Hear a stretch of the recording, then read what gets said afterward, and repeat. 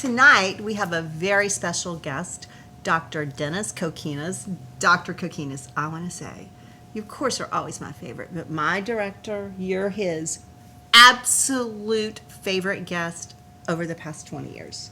That's impossible. Nope, you have to. He I've will tell already you seen more interesting guests tonight. that you ask him. That's his story. And so, probably over the last 5 years, he said, "You need to call that Dr. Kokenos again." That's and nice. he reruns you all like there's little clips. If there's like a 3-minute spot, he'll shorten you up.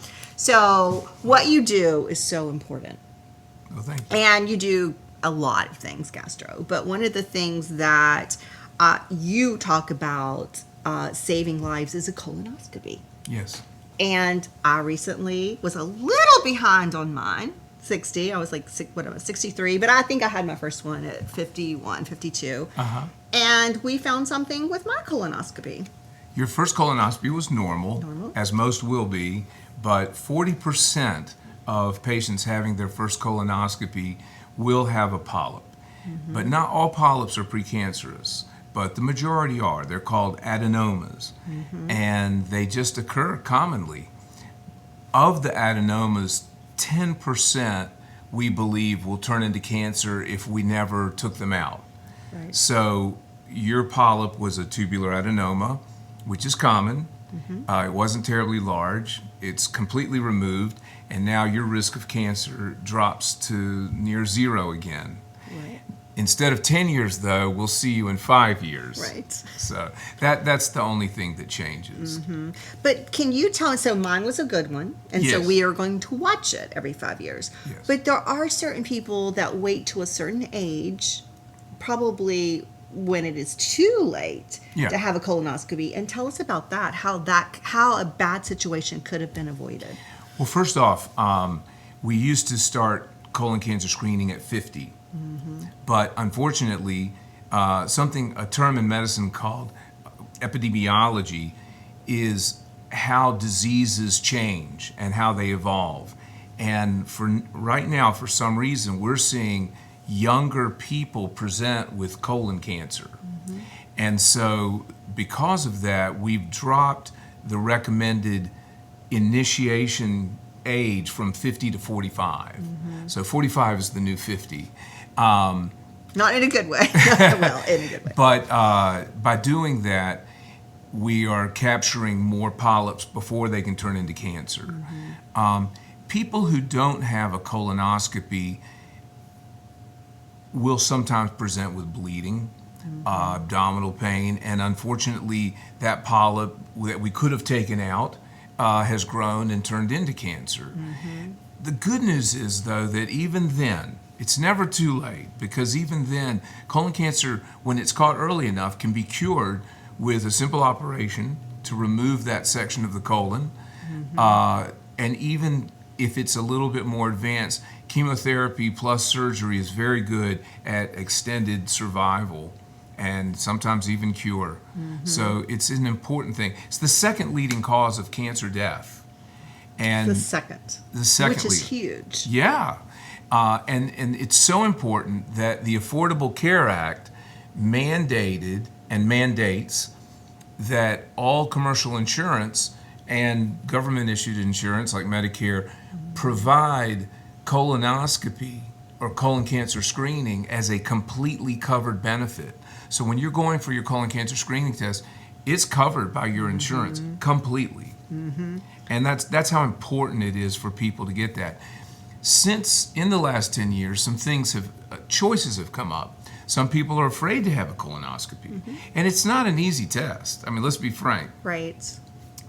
How was your experience, the night before drinking all that stuff? I mean, So I'm going to tell you that I kind of think that if you eat clean the 2 days to 3 days prior, that it's really not bad because you don't have as much to clean out. So I don't mind it. Okay. I'm one of the few, but yes. well, but most the people beverage do. you drink, Was not tasty. and there's also pills now. We have Right. pills, but they're all rough. I mean, at the end of the day, you have to completely clean out your large intestine so that we can see.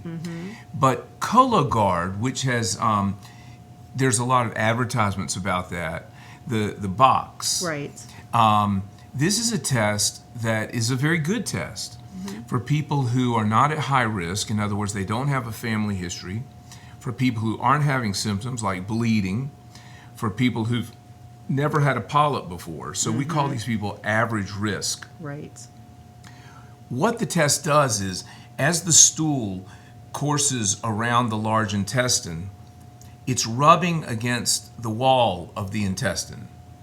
And by doing that, it's picking up DNA, genetic material, from everything it touches. If you've seen a detective show and the person, drinks and then they take the cup because they have a little saliva and they've got all this DNA information. So imagine the stool is rubbing. So they take the stool and they magnify all the DNA and they match it against DNA associated with precancerous polyps and cancer. Right. So it's a very good test. But you can do that at home. Exactly. And send it off. That's why people you like poop that. in the box and you Send it mail it back to the off. Mayo That's Clinic, and For if low it's, risk. well, I mean, there's no risk. But for low risk people that Yes, don't have for all these- average risk people. Average risk, right. The thing is, it is a screening test. It really is colonoscopy. Now, if it's positive, of course, you have a colonoscopy. What's going on in there? But even if it's, but if you're choosing between the two, the good thing is when you do the Cologuard, there are a certain amount of false negatives and false positives. So it's not a perfect test. But to be fair, neither is colonoscopy. We can miss things too. Not so often, but it happens. But when you have a colonoscopy, you're not just having a screening test. And if 40% of people have polyps, we're actually removing the polyps at the time of the procedure. So it's a cancer incidence reduction, Right. not just a screening test. So it's more than that. Right. Yeah. Well, so I remember you telling the story that one of my dear friends, Tammy Faye Baker, she was a frequent guest on here, but she was a good friend. And you said that more than likely she died of colon cancer. Had she had a colonoscopy, perhaps that could have been prevented. So I wasn't involved in her care, Right. but I read about it, and it seems to me the barrier for her was embarrassment, Yes. and she just didn't want to have it.